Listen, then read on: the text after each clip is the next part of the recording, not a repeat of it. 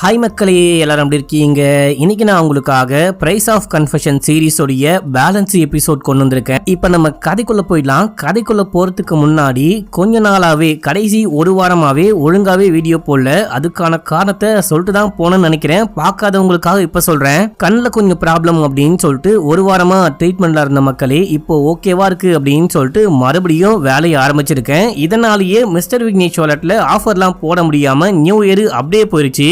இதுக்காகவே உங்களுக்காக ஸ்பெஷலா நியூ இயர் இந்த ஒரு வாரத்துக்கு உங்களுக்கு ஸ்பெஷல் ஆஃபர் கொண்டு வந்திருக்க மக்களே. கிட்டத்தட்ட 50% வரைக்கும் உங்களுக்கு ஆஃபர் கிடைக்க போகுது. பிராண்டட் பெல்ட் எல்லாமே 499 மட்டும்தான். டபுள் சைடு பெல்ட் 699 மட்டும்தான். இந்த மாதிரி வாலெட்ல உங்களுக்கு 399ல ஸ்டார்டிங் இருக்கு. பிராண்டட் 499 மட்டும்தான். வாலெட் எந்த வாலெட் வாங்கினாலும் 499 மட்டும்தான். பிக் வாலெட் உங்களுக்காக 666க்கு கொண்டு வந்திருக்கேன். வேணும் அப்படின்றவங்க சீக்கிரமா வாங்கிக்கோங்க. ஸ்டாக் ரொம்ப கம்மியா இருக்கு. இந்த ஒரு வாரம் மட்டும்தான் ஆஃபர். வாட்ஸ்அப்ல மெசேஜ் பண்ணும்போது எம்வி ஃபேமிலின்னு மெசேஜ் பண்ணுங்க. அப்பதான் நம்ம சப்ஸ்கிரைபர் நம்ம எம்வி ஃபேமிலி அப்படின்னு சொல்லிட்டு தனியா துண்டா தெரியும். உங்களுக்கு ஸ்பெஷல் டிஸ்கவுண்ட். இப்போ கதைக்குள்ள போயிடு. இப்போ 11வது எபிசோட் ஸ்டார்டிங் சீன்லயே நம்ம ஹீரோயின் அந்த வீடியோ ரிலீஸ் பண்ணாங்க இல்லையா, அதுக்கு 2 நாளைக்கு முன்னாடி என்ன விஷயம் ஆச்சு அப்படின்னு சொல்லிட்டு காமிக்கிறாங்க. நம்ம ஹீரோயின் தாத்தாவுடைய வீட்டுக்கு வந்து போனை ஆட்டையை போட்டு கொண்டு போயிட்டு அவருடைய போன்ல இருந்து ஏதாவது கண்டுபிடிக்க முடியுமா, ஏதாவது ப்ரூஃப் கிடைக்குதா அப்படின்னு சொல்லிட்டு பாத்துக்கிட்டு இருக்காங்க. ஏன்னா அந்த தாத்தா ஒரு போட்டோ காமிச்சிருப்பாரு. போன்ல வேற ஏதாவது போட்டோ இருக்கா, வீடியோ இருக்கா அப்படின்லாம் பார்த்துட்டு இருக்காங்க. ஆக்சுவலா இந்த தாத்தா தான் நம்ம ஹீரோயினை ஃபாலோ பண்ணி போட்டோ வீடியோ எல்லாமே ரெக்கார்ட் பண்ணிருக்காரு போல. அவருடைய போன்ல தான் நிறையவே போட்டோ வீடியோஸ்லாம் இருக்கு மக்களே. இதே டைம்ல அந்த ஆர்ட் கேலரிக்கு வெளியே இருக்காங்க. சரி ஓகே, உள்ளுக்குள்ள போயிட்டு பார்க்கலாம் அப்படின்னு சொல்லிட்டு கேஷுவலா உள்ளுக்குள்ள போயிட்டு புருஷன் வரைஞ்ச அந்த ஆர்ட்லாம் பார்த்துக்கிட்டு இருக்கும் போது முதுக வந்துட்டு பயங்கரமா வரைஞ்சிருப்பாரு. அதை கெடுக்கணும் அப்படின்னு ஹீரோயின் தம்ப் இம்ப்ரெஷன்லாம் வச்சிருப்பாங்க இல்லையா, அந்த ஆர்ட்டை பார்த்துட்டு இருக்காங்க. பார்த்துக்கிட்டு இருக்கும் போது நம்ம ஹீரோயின் தம்ப் இம்ப்ரெஷன் வச்சாங்க இல்லையா, அதுக்கு பக்கத்திலேயே வேற யாரோ தம்ப் இம்ப்ரெஷன் வச்சிருக்காங்க. இது யாரா இருக்கும் அப்படின்னு சொல்லிட்டு யோசிச்சுட்டு இருக்கும் போது அங்க இவனுடைய வக்கீல் வராரு. ஏமா இங்க என்னமா பண்ணிட்டு இருக்க? ஏற்கனவே உன்னை போலீஸ் தேடிட்டு இருக்காங்க. நீ கேஷுவலா இங்க வந்து இந்த போட்டோலாம் பாத்துக்கிட்டு இருக்கியே அப்படின்னு சொல்லிட்டு கேட்கும் போது ஹீரோயின் ஏதோ சொல்ல ட்ரை பண்றாங்க. அந்த ஆர்ட் அப்படின்னு சொல்லிட்டு அவர் திரும்பி பாக்குறாரு. ஹீரோயின் போன்ல வந்துட்டு அந்த போட்டோவை கிளிக் பண்ணி வச்சிருப்பாங்க. அதுல காமிக்கலான்னு போன் எடுக்க ட்ரை பண்ணும்போது அப்ப இந்த ஆர்ட் கேலரி ஓபன் பண்ணாங்க இல்லையா, அந்த டைம்ல புருஷனும் அந்த ஓபனிங் செரிமோனிக்கு வந்திருப்பான். புருஷன் மட்டும் இல்லாம இந்த வக்கீலும் வந்திருக்காரு. வக்கீலும் புருஷனும் பக்கத்துல இருக்காங்க. அங்க இருக்க போட்டோஸ்ல இந்த விஷயம் நல்லாவே தெரியுது. இந்த ஆளுக்கு நம்ம புருஷனை நல்லாவே தெரியும் போல. அப்படி இருக்கும் போது எதுக்காக தெரிஞ்சுக்கிட்ட மாதிரி எதுவுமே சொல்லவே இல்ல. இவனுடைய கேஸை இந்த ஆள் எது எடுத்தாரு அப்படின்னு சொல்லிட்டு ஹீரோயினுக்கு பல டவுட் மைண்டுக்குள்ள ஓடிட்டே இருக்கு. என்னமா சொல்ற, ஒண்ணுமே புரியல அப்படின்னு சொல்லிட்டு கேட்கும் போது ஒண்ணும் இல்ல அப்படின்னு சொல்லிட்டு அவங்க பாட்டுன்னு வேகமா கிளம்புறாங்க. இந்த ஆளு பின்னாடியே வந்து பிடிக்க ட்ரை பண்றாரு, நிப்பாட்ட ட்ரை பண்றாரு. அதுக்குள்ள கூட்டத்தோட கூட்டமா கலந்துட்டாங்க. இப்போ ஹீரோயின் தப்பிச்சு போயிட்டு இருக்காங்க இல்லையா, அதே டைம்ல அந்த ஆர்ட் கேலரிக்குள்ள வேற ஏதோ ஒரு லேடி உள்ளுக்குள்ள போறாங்க. அந்த லேடியை பார்க்கும்போது ஹீரோயினுக்கு எங்கேயோ பார்த்த மாதிரியே ஒரு ஃபீல் இருக்கு. அந்த லேடியும் ஹீரோயினை பார்த்துட்டாங்க. பார்த்தவங்க திரும்பி நின்று தலைய ஒரு மாதிரி சாச்சி ஒரு மாதிரி ஈவல் மாதிரி ஸ்மைல் பண்றாங்க. இந்த ஸ்மைலை இதுக்கு முன்னாடி எங்கேயோ பார்த்த மாதிரி ஞாபகம் இருக்கே அப்படின்னு சொல்லிட்டு யோசிச்சு பார்த்தா அன்னைக்கு புருஷனை கொலை பண்ணிட்டு ஒரு கொலைகாரன் வெளியே வந்தா பாருங்க, அது இவ்வளவு நாளா யூன் ஹீரோயின் நினைச்சிருப்பாங்க. அது யூன் கிடையாது, இந்த வக்கீலுடைய மனைவி போல மக்களே. இப்ப அந்த லேடியை பார்த்துட்டு அந்த லேடியை பிடிக்கலாம் அப்படின்னு சொல்லிட்டு ஹீரோயின் ட்ரை பண்ணும்போது அதுக்குள்ள அந்த லேடி அங்கிருந்து கிளம்பிட்டாங்க. ஹீரோயினால பிடிக்க முடியாம ஹீரோயின் அங்க வந்துட்டு இருப்பாங்க. இங்க இருந்து கிளம்பின ஹீரோயின் நேரா அந்த வக்கீலுடைய பாக்ஸிங் கிளப்புக்கு போறாங்க. அங்க போயிட்டு உட்கார்ந்து பயங்கரமா யோசிக்கிறாங்க. இதுக்கெல்லாம் ஏதோ ஒரு கனெக்ஷன் இருக்கு. இந்த லேடி தான் கொலைகாரி அப்படின்னா இவனுக்கு என்ன சம்பந்தம்? இவனும் நானும் சேர்ந்து பிளான் போட்டா அங்க வந்து யாரு இந்த குட்டி பையனை கொலை பண்ணா இந்த வக்கீல் எதுக்கு சம்பந்தமே இல்லாம இவனுடைய கேஸ் எடுத்து வாதாடுறாரு அப்படின்னு சொல்லிட்டு எதுவுமே புரியல. பயங்கரமா யோசிக்கிறாங்க. யோசிச்சவங்க அந்த வக்கீலுடைய மனைவியோடைய போட்டோவை அப்படியே வரையறாங்க. எப்படி பார்த்தாங்களோ அப்படி அச்சசலா வரைஞ்சி கொண்டு போயிட்டு அதை ஒரு என்வலப்ல போட்டு ஒரு காருடைய விண்ட்ஷீல்டுக்கு மேல வைக்கிறாங்க. கூடவே கொஞ்சம் ஸ்நாக்ஸும் வச்சுட்டு அதே பார்க்கிங்ல ஒரு ஓரமா நின்று வெயிட் பண்ணிட்டு இருக்காங்க. அங்க அந்த ஸ்டூடெண்ட் வரா, அதாவது புருஷன்காரனுக்கும் ஒரு பொண்ணுக்கும் ஒரு கனெக்ஷன் இருக்கு அப்படின்னு சொன்னாங்க இல்லையா, அந்த பொண்ணு அங்க வரா. உங்ககிட்ட கொஞ்சம் பேசணும் அப்படின்னு சொல்லிட்டு காருக்குள்ள உட்கார்ந்து பேசும்போது இந்த வக்கீலுடைய போட்டோவை இவனுடைய வக்கீலுடைய போட்டோவை காமிச்சு இந்த ஆள் உனக்கு முன்னாடியே தெரியுமா அப்படின்னு சொல்லிட்டு கேட்கும் போது அந்த பொண்ணு யோசிச்சு பார்த்துட்டு இந்த ஆளை பத்தி கேள்விப்பட்டிருக்கேன், முன்னாடி கூட நான் மீட் பண்ணிருக்கேன். ஆக்சுவலா இந்த ஆள் வந்துட்டு ஒரு லா ப்ரொஃபசர்னு கேள்விப்பட்டேன். இந்த ஆர்ட் எக்ஸிபிஷனுடைய ஓபனிங் செரிமோனிக்கு இவரும் தான் வந்தாரு, உங்க ஹஸ்பண்ட் வரும்போது இவரும் தான் வந்தாரு அப்படின்னு சொல்லும்போது வேற ஏதாவது உனக்கு இவங்களை பத்தி தெரியுமா அப்படின்னு சொல்லிட்டு கேட்கும் போது வேற ஒண்ணுமே தெரியல அப்படின்னு சொல்லும் போது அந்த ஆர்ட் கொண்டு வந்து மாட்டி வச்சிருக்கீங்க இல்லையா, உங்க சார் வரைஞ்சது, அதுல என்னுடைய இம்ப்ரெஷன் இருக்கு, அதை ஏன் கிளீன் பண்ணாமலே வச்சிங்க? கிளீன் பண்ணிட்டு வச்சிருந்தா இன்னும் கொஞ்சம் நல்லா இருந்திருக்கும் அப்படின்னும் போது இல்ல அந்த ஆர்ட்ல வந்துட்டு உங்க தம்ப் பிரிண்ட் தான் இருக்கு அப்படின்னு சொல்லிட்டு சார் முன்னாடியே சொல்லியிருக்காரு. அது சாருடைய மாஸ்டர் பீஸ். இன்னும் இன்னொன்னு அவர் கடைசியா வரைஞ்சது அப்படின்றதுனால அதை எதுவுமே பண்ணாம கிளீன் கூட பண்ணாம சரியா அப்படியே அந்த எப்படி இருந்துச்சோ அப்படியே கொண்டு வந்து மாட்டி விட்டோம் அப்படின்னு சொல்றா. சரி, அதுல என்னுடைய தம்பிரிண்ட் மட்டும் இல்லாம இன்னொரு தம்பிரிண்ட்டையும் பார்த்தேன், அது யாருடையது, உன்னுடையதா அப்படின்னு சொல்லிட்டு கேட்கும்போது என்னுடையது இல்ல, யாருன்னு தெரியல அப்படின்னு சொல்லும் போது எனக்கு உன்னுடைய கார் மட்டும் கொஞ்சம் வேணும் தரியான்னு கேட்கும்போது அந்த பொண்ணு ஓகே யூஸ் பண்ணிக்கோங்க அப்படின்னு சொல்லிட்டு கொடுத்துட்டு அங்கிருந்து கிளம்பிட்டா. இப்பதான் நம்ம ஹீரோயின் ஒரு விஷயத்த யோசிச்சு பாக்குறாங்க. ஒரு நாள் ஹஸ்பண்ட் ஸ்டூடியோல ஏதோ வரைஞ்சுகிட்டு இருக்காரு, ஏதோ வேலை பார்த்துக்கிட்டு இருக்காரு. அப்போ ஹீரோயின் வராங்க. வரும்போது ஏதோ ஒரு வக்கீல் கிட்ட சண்டை போட்டுக்கிட்டு இருக்காரு. நீலாம் ஒரு வக்கீலா அப்படின்னு சொல்லிட்டு அந்த ஹீரோயின் உள்ளுக்குள்ள வந்துட்டு யார் அந்த வக்கீல், என்ன பிரச்சனை அப்படின்னு சொல்லிட்டு கேட்கும்போது புருஷன் வரைஞ்ச ஒரு பெயிண்டிங்க இது ஏதோ ஒரு காப்பி மாதிரி இருக்கு அப்படின்னு சொல்லிட்டு அந்த வக்கீல் சொல்லிட்டாரா, நான் சொன்னது மன்னிச்சுக்கோங்க, நான் தெரியாம சொல்லிட்டேன், மன்னிச்சுக்கோங்க மன்னிச்சுக்கோங்க அப்படின்னு சொல்லிட்டு போன் பண்ணி மன்னிப்பு கேட்டுக்கிட்டு இருக்காரு. மன்னிப்பு கேட்கிறேன் அப்படின்ற பேர்ல தொல்லை பண்ணிக்கிட்டு இருக்காரு அப்படின்னு சொல்லி புலம்பிருப்பாரு. அந்த வக்கீல் இந்த வக்கீலா இருப்பாரு அப்படின்னு சொல்லிட்டு யோசிக்கிறாங்க.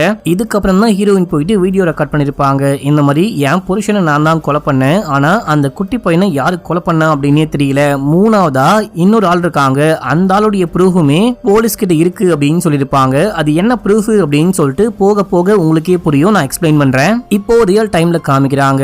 இவனுடைய வக்கீல் பொண்டாட்டியில பேசிட்டு இருக்காரு. மூணாவதா ஏதோ எவிடன்ஸ் இருக்கு அப்படின்னு சொன்னாங்களே, அந்த மாதிரி எந்த எவிடன்ஸும் கிடையாது, அந்த பொண்ணு சும்மா கதை அடிச்சு விட்றா போல அப்படின்னு சொல்ல, இல்ல கண்டிப்பா என்னமோ இருக்கு, நீ சரியா பாத்திருக்க மாட்ட, நீ மறுபடியும் போயிட்டு செக் பண்ணி பாரு, கண்டிப்பா உன் கைக்கு ஏதாவது கிடைக்க வாய்ப்பு இருக்கு அப்படின்னு சொல்லிட்டு இருக்காங்க. இப்ப அப்படியே எங்க சீன் கட் அடுத்த சீன்ல ஹீரோயின் அந்த போலீஸ் ஸ்டேஷனுக்கு வாசல்ல அந்த பொண்ணுடைய காரை கொண்டு வந்து அப்படியே வெயிட் பண்ணிட்டு இருக்காங்க. அந்த டைம்ல அந்த இவனுடைய வக்கீல் வராரு. இந்த ஆளு மேல ஹீரோயினுக்கு பயங்கரமான டவுட். அதனாலேயே இந்த ஆளை ஃபாலோ பண்ணலாம், இந்த ஆளை ஃபாலோ பண்ணோம் அப்படின்னா கண்டிப்பா ஏதாவது கண்டுபிடிக்க முடியும் அப்படின்னு சொல்லிட்டு இந்த ஆளை ஃபாலோ பண்றாங்க போல. இதே டைம்ல ஹீரோயினுடைய வக்கீல் வராரு. இந்த டைம்ல தான் அந்த 2 போட்டோவை கொண்டு வந்திருப்பாரு. ஹீரோயின் கொலை பண்ணாங்க அப்படின்னு சொல்றாங்க இல்லையா அந்த குட்டி பையனை, அந்த போட்டோவும் உண்மையான கொலைகாரன் கொலை பண்ண அந்த போட்டோவும் கொண்டு வந்திருப்பாரு. இந்த டைம்ல ஹீரோயின் வச்சிருக்க தாத்தாவுடைய போனுக்கு ஒரு மெசேஜ் வருது. இந்த மாதிரி உன் பொண்ணை நான் கடத்திட்டேன், உன்னுடைய பொண்ணு உனக்கு உயிரோட வேணும் அப்படின்னா நீ கிளம்பி இந்த ஸ்பாட்டுக்கு வரணும் அப்படின்னு சொல்லிட்டு இதை பார்த்து ஹீரோயின் பதறி போயிட்டாங்க. உடனே கிளம்பி தாத்தா சொன்ன ஸ்பாட்டுக்கு போறாங்க. தாத்தா தான் வாய்ஸ் மெசேஜே போட்டுருக்காரு. இப்போ அப்படியே எங்க சீன் கட்டாது. இவனையும் அந்த பொண்ணையும் காமிக்கிறாங்க. இவங்க பேசிக்கிட்டு இருக்கும்போது நீ ஏமா தூக்கு மாட்டி தொங்கி தற்கொலை பண்ணிக்க ட்ரை பண்ண அப்படின்னு சொல்லிட்டு கேட்கும்போது உன்னை பார்த்து நான் பயந்து போயிட்டேன் அப்படின்னு சொல்றா. இவங்க 2 பேரும் உள்ளுக்குள்ள பேசிக்கிட்டு இருக்கும்போது வெளியே போலீஸ் நிக்கிறாங்க இல்லையா வாக்கி டாக்கில, இந்த மாதிரி குட்டி பொண்ணு யாரோ கடத்திட்டாங்களா, அந்த தாத்தா கடத்திட்டாரு, நீங்க பாத்தீங்க அப்படின்னா கண்டுபிடிங்க, அந்த தாத்தாவை பாத்தீங்க அப்படின்னாலும் இந்த மாதிரி கண்ட்ரோல் ரூமுக்கு தகவல் கொடுங்க அப்படின்னு சொல்லிட்டு வாக்கி டாக்கில இந்த விஷயம்லாம் ஓடிக்கிட்டு இருக்கும்போது இவன் காதலியும் நல்லாவே விழுகுது. நான் சொல்ற விஷயத்த பண்ணு, எனக்கு இந்த ஒரு ஹெல்ப் மட்டும் பண்ணு அப்படின்னு சொல்லிட்டு கிட்ட போறா. கிட்ட போயிட்டு அங்க ஒரு பெண் இருக்கும். அந்த பெண்ணை வச்சு தன்னுடைய வயித்துல தானே குத்திக்கிறா. அந்த தாத்தா குத்தினாரு பாத்தீங்களா, அதே இடத்துல இவளையே குத்திட்டு பெண்ணை மட்டும் தூக்கி அந்த பொண்ணு கையில கொடுத்துட்டு மயக்கம் போட்டு கீழே ஒழுக. போலீஸ் பாக்குறாங்க, என்ன இந்த பொண்ணு போயிட்டு நின்னு பேசிக்கிட்டு இருக்காளே அப்படின்னு சொல்லிட்டு பார்த்தா பொத்துன்னு கீழே ஒழுகுறா. ஐயோ என்னாச்சோ ஏதாச்சும் தெரியல அப்படின்னு சொல்லிட்டு இவனை தூக்கிட்டு போயிட்டு அட்மிட் பண்ணா.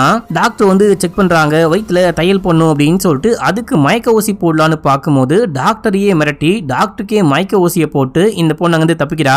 இப்ப அப்படியே எங்க சீனை கட் பண்ணி நம்ம ஹீரோவையும் ஹீரோவுடைய டீம், நம்ம ஹீரோயினுடைய லாயரு, அதுக்கப்புறமா அந்த ஆங்கிள் மானிட்டர் மாட்டி விட்ட லேடி, இவங்க எல்லாரையும் காமிக்கிறாங்க. இவங்க கிளம்பி தாத்தாவுடைய வீட்டுக்கு போயிட்டு தேடிட்டு இருக்காங்க.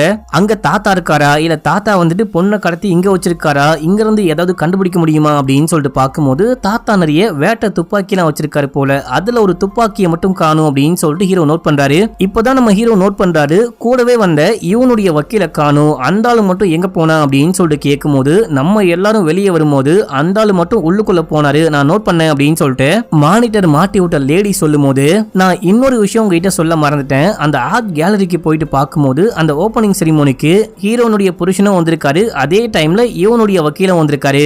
இந்த விஷயம் உனக்கு தெரியுமா அப்படின்னு சொல்லிட்டு ஹீரோனுடைய வக்கீல் கிட்ட கேட்கும்போது இல்லையே தெரியாதே அப்படின்னும் போது மேபி அந்த ஆள் ஏதோ மறைக்கிறான் போல, சம்பந்தமே இல்லாம இவனுக்கு வக்கீலா வர வேண்டிய தேவன் இருக்கு, ஏதோ இருக்கு கண்டுபிடிக்கணும் அப்படின்னும் போது நீங்க வேறங்க, அந்த ஆளு பச்சை குழந்தைங்க, நல்ல மனுஷன், அந்த கிளைண்ட்டுக்கு ஹெல்ப் பண்றதை விட எங்களுக்கு தான் பயங்கரமா ஹெல்ப் பண்ண பாப்பாரு அப்படின்னு சொல்லிட்டு யோசிக்கிறாரு.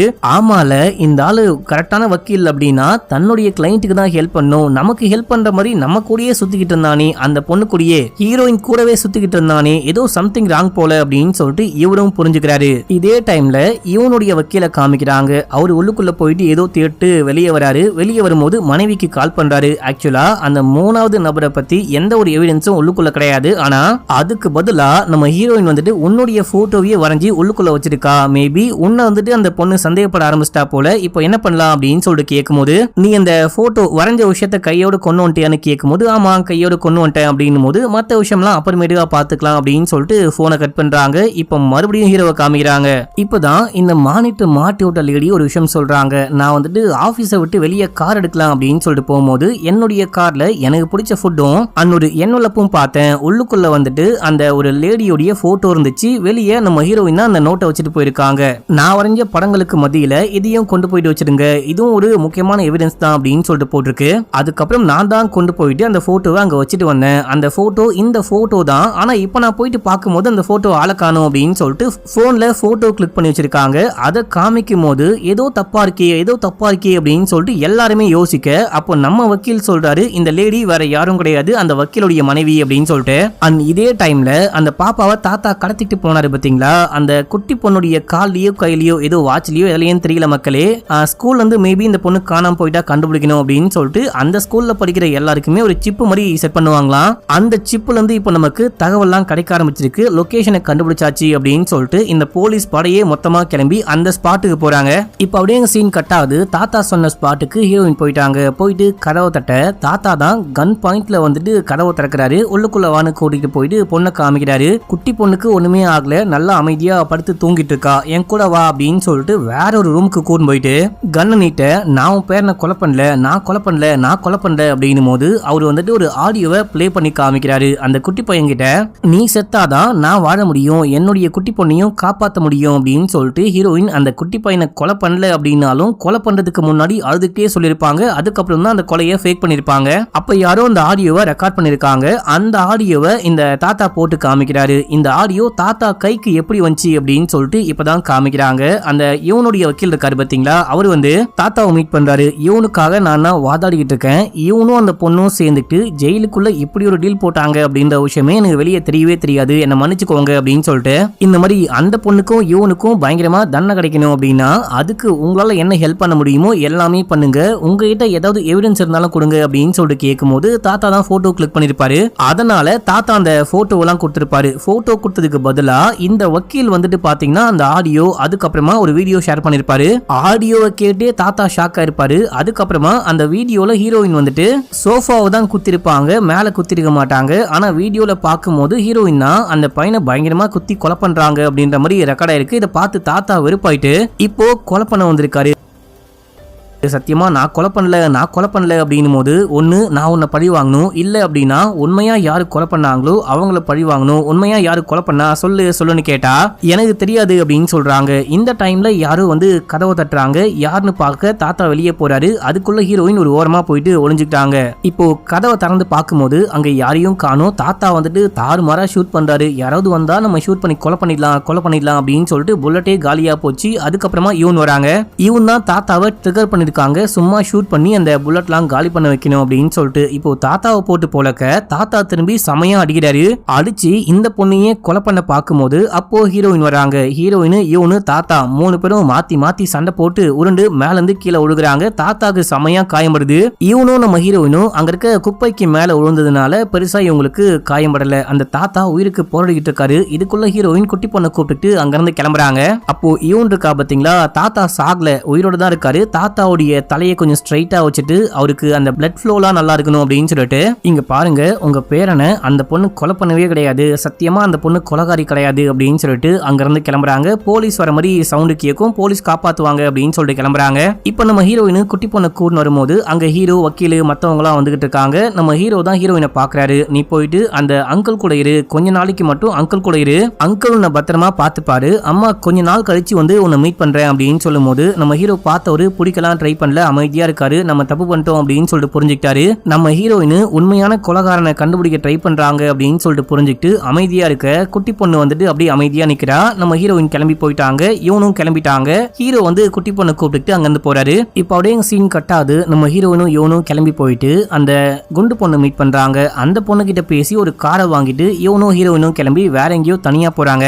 இப்போ இவனுக்கு காயம் பட்டிருக்கு பாத்தீங்களா, அதுக்கு இந்த பொண்ணு ட்ரீட்மெண்ட்லாம் பண்ணிட்டு வெளியே வந்தா நம்ம ஹீரோயின் கேக்குறாங்க, ஏமா உன் பேரு உண்மையிலேயே யூனா அப்படின்னு சொல்லிட்டு கேட்கும்போது, என் பேரு யூன் இல்ல அப்படின்னு சொல்லிட்டு அந்த பாதிக்கப்பட்டு விக்டிமா ஒரு பொண்ணு இறந்து போனா பாருங்க, அந்த விக்டிமுடைய அக்காவுடைய பேரை சொல்றாங்க. யூன் யாரு அப்படின்னா நம்ம யூனுடைய ஃப்ரெண்டு, அதாவது யூன்னு சொல்லப்படக்கூடிய இந்த பொண்ணுடைய ஃப்ரெண்டுடைய பேர் தான் யூன். மக்களே, தாய்லாந்துக்கு நம்ம யூன் போனாங்க பாத்தீங்களா, இவளை யூனினே வச்சுக்கலாம், அப்பதான் புரியும். யூன் வந்துட்டு மெடிக்கல் சர்வீஸ் பண்ணதான் போயிருப்பாங்க. இவங்க நல்லாவே படிச்சிருப்பாங்க, டாக்டர் கிடையாது ஆனா நர்ஸ் தான். இவங்க வந்துட்டு ஒரு இடத்துல இருந்து இன்னொரு இடத்துக்கு போயிட்டு இருக்கும் போது போற வழியில ஒரு பொண்ணை பாக்குறாங்க. அந்த பொண்ணுக்கு ஸ்பைடர் கடிச்சு ரொம்ப ரொம்ப அலர்ஜி ஆயிட்டு அப்படியே உயிருக்கே போராடிட்டு இருக்கா. அந்த பொண்ணை காப்பாத்தி கூடவே கூட்டு போயிட்டு பழகுறாங்க. பேசி பழகி நல்லா ஃப்ரெண்ட் ஆயிட்டாங்க. இப்ப அந்த ஃப்ரெண்டுக்காரி, அந்த பொண்ணுடைய பேர் தான் உண்மையான யூனு. அந்த பொண்ணுக்கு குடும்பம் குட்டி அப்படின்னு சொல்லிட்டு யாருமே கிடையாது, ஒன்னாவே தங்குறாங்க, ஸ்டே பண்றாங்க. இந்த டைம்ல தங்கச்சி வந்துட்டு தங்கச்சியும் அப்பாவும் இறந்து போயிட்டாங்க. நம்ம யூனுக்குமே கொரோனாவால பாதிக்கப்பட்டு அந்த பொண்ணு ரொம்ப உயிருக்கு போராடிட்டு இருக்கும் போது ஃப்ரெண்டுக்காரி தான் ஹெல்ப் பண்ணிருப்பா. அப்போ ஃப்ரெண்டுக்காரிக்கும் கொரோனா வந்துருச்சு, இவனுக்கு சரியா போச்சு. அந்த ஃப்ரெண்டுக்காரி இருக்கா பாத்தீங்களா, அந்த பொண்ணு சாகர கண்டிஷன்ல இருக்கா. நான் இந்த மாதிரி ஒரு இடத்துல சாக விரும்பல, மலை உச்சி தான் இந்த பொண்ணுக்கு ரொம்ப பிடிக்கும், அங்க போயிட்டு சாக ஆசைப்படுறேன், அங்க கூட்டிட்டு போறியான்னு கேட்கும் போது ஃப்ரெண்டுக்காரிய மலை உச்சிக்கு கூடமோனா போறதுக்குள்ள இறந்து போயிட்டா. அங்கேயே காரோட சேர்த்து மொத்தமா எரிக்கிறாங்க. எரிக்கும் போது எல்லா டாக்குமெண்ட் அப்படி இப்படின்னு சொல்லிட்டு எல்லாத்தையும் எரிக்கும் போது இவனுடைய பாஸ்போர்ட்டை மட்டும் வச்சுக்கிட்டு தன்னுடைய பாஸ்போர்ட்டை எரிச்சிட்டு இவன் அப்படின்ற பேர்ல கிளம்பி இங்க வந்திருப்பாங்க. இப்ப அந்த ஃப்ரெண்டு இறந்து போனாங்க இல்லையா, அவளுடைய வாட்ச் தான் நம்ம ஹீரோயின் கிடையாது, இவன் வந்துட்டு ஞாபகார்த்தமா கட்டிக்கிட்டு இருப்பாங்க, எப்பயுமே கட்டிக்கிட்டு இருப்பாங்க.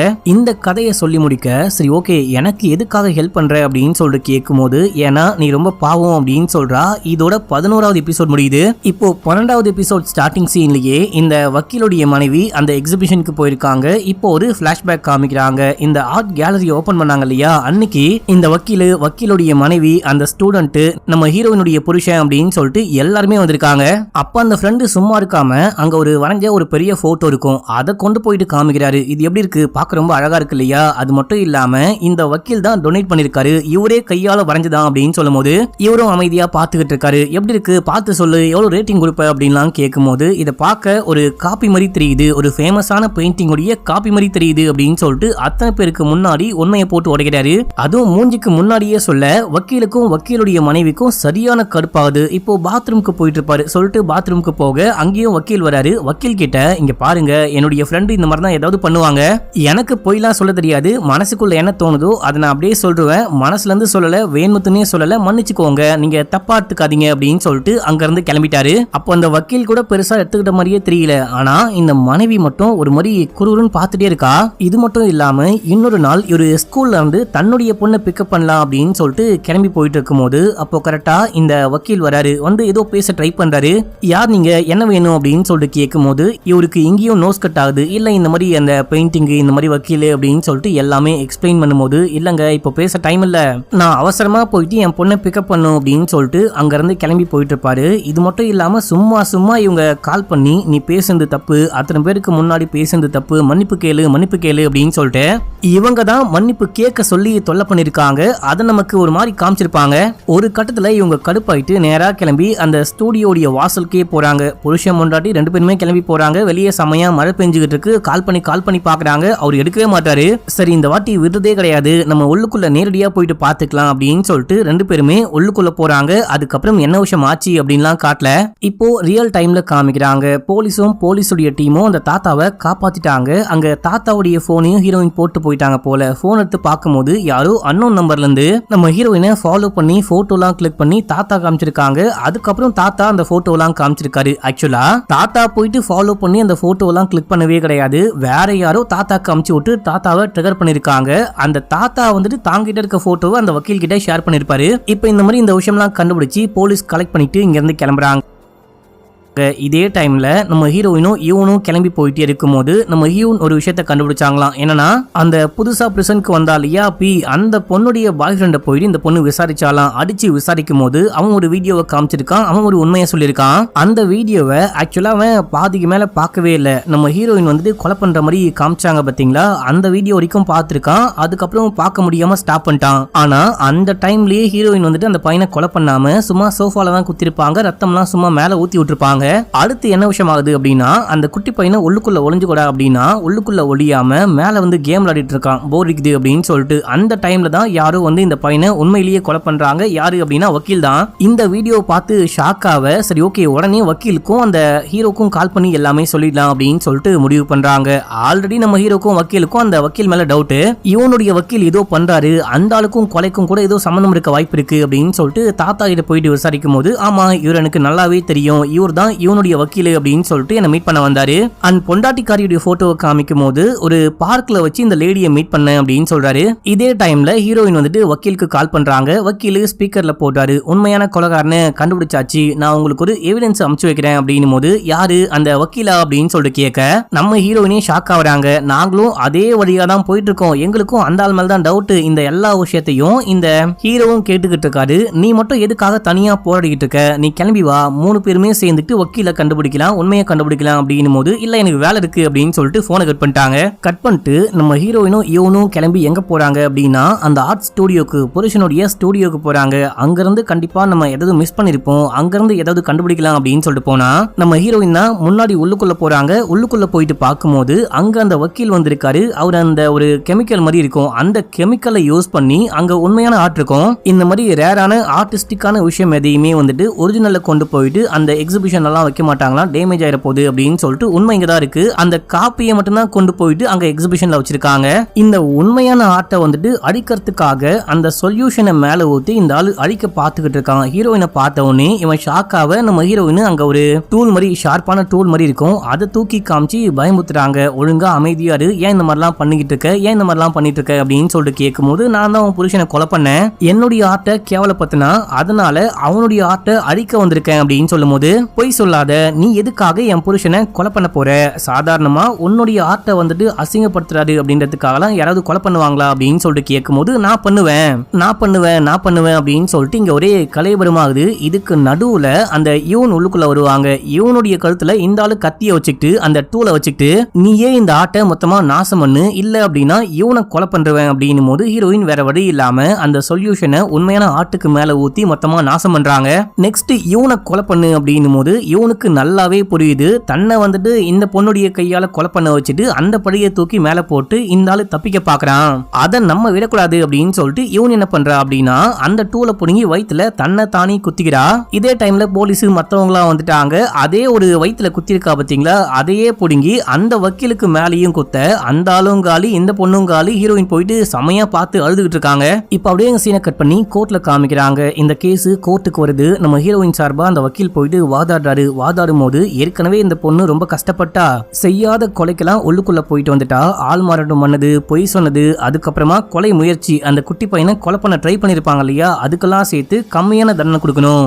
ஏற்கனவே நிறைய தண்டனை அனுபவிச்சுட்டாங்க. சோ அதனால மறுபடியும் ஜெயிலுக்குள்ள அனுப்பக்கூடாது, அப்படியே அனுப்புனாலும் ரொம்பவே கம்மியான தண்டனை கொடுக்கணும் அப்படின்னு சொல்லிட்டு வாதாடுறாரு. இப்ப அந்த வீடியோவை போட்டு காமிக்கிறாங்க. இந்த வீடியோ எப்படி ரெக்கார்ட் ஆச்சு அப்படின்னு சொல்லிட்டு பாத்தீங்கன்னா ஆக்சுவலா அந்த அம்மா அப்பாவை இவன் கொலை பண்ணும் போது அங்க இருந்த ஒரு பொம்மையில இந்த கேமரா ரெக்கார்ட் பண்ணிருக்கோம் பாத்தீங்களா, அதே போல ஒரு கேமரால தான் எல்லாமே ரெக்கார்ட் ஆயிருக்கு. அந்த ஃபுட்டேஜ் கூட அந்த பைபிள்ல தூக்கிட்டு போயிட்டு இருக்கான் அந்த வக்கீல் பைபிள்ல. அந்த ஃபுட்டேஜ் வந்துட்டு இப்ப போலீஸ் கையில கிடைச்சிருக்கு. அது எல்லாமே இப்போ தெளிவா தெரியுது மக்களே. என்ன அப்படின்னா ஹீரோயின் வராங்க, கொலை பண்ண ட்ரை பண்றாங்க, கொலை பண்ண முடியல அப்படின்னு சொல்லிட்டு அவனுடைய கொலையை ஃபேக் பண்ணிட்டு போறாங்க. அந்த பையன் ஒளிஞ்சிட்டு இருப்பான் இல்லையா, அவன் மேல வந்துட்டு கேம் விளையாடும் போது அப்போ வந்த வக்கீல் கொலை பண்ணிட்டு போறாரு. இப்போ கடைசியா விசாரிச்சுட்டு ஹீரோயினுக்கு 2 வருஷம் ஜெயில இருக்கணும் அப்படின்னு சொல்லிட்டு தண்டனை கொடுக்குறாங்க. இப்போ தாத்தாவையும் கைது பண்ணி உள்ளுக்குள்ள வச்சிருக்காங்க. தாத்தா என்ன சொல்றாரு அப்படின்னா, இந்த பொண்ணு என் பேரனை கொலை பண்ணல, காப்பாத்து தான் பார்த்துருக்கா, இந்த பொண்ணு ஜெயிலுக்கு போக கூடாது, என்னுடைய பேரனை கொலை பண்ண ட்ரை பண்ணா அப்படின்னு சொல்லிட்டு ஜெயிலுக்கு போக கூடாது, அப்படி போறா அப்படின்னா கூட நான் மன்னிச்சிடுறேன், அவளை காப்பாத்துங்க அப்படின்னு சொல்லிட்டு ஒரு பெட்டிஷன் போடும்போது தாத்தாவே மன்னிச்சிட்டாரு. அந்த பையனுடைய குடும்பத்தை சேர்ந்தவங்களே மன்னிச்சிட்டாங்க. இதுக்கப்புறம் நம்ம என்ன பண்ண போறோம், ஹீரோயினை ரிலீஸ் பண்ணிடலாம் அப்படின்னு சொல்லிட்டு ரிலீஸ் பண்ணிடுறாங்க.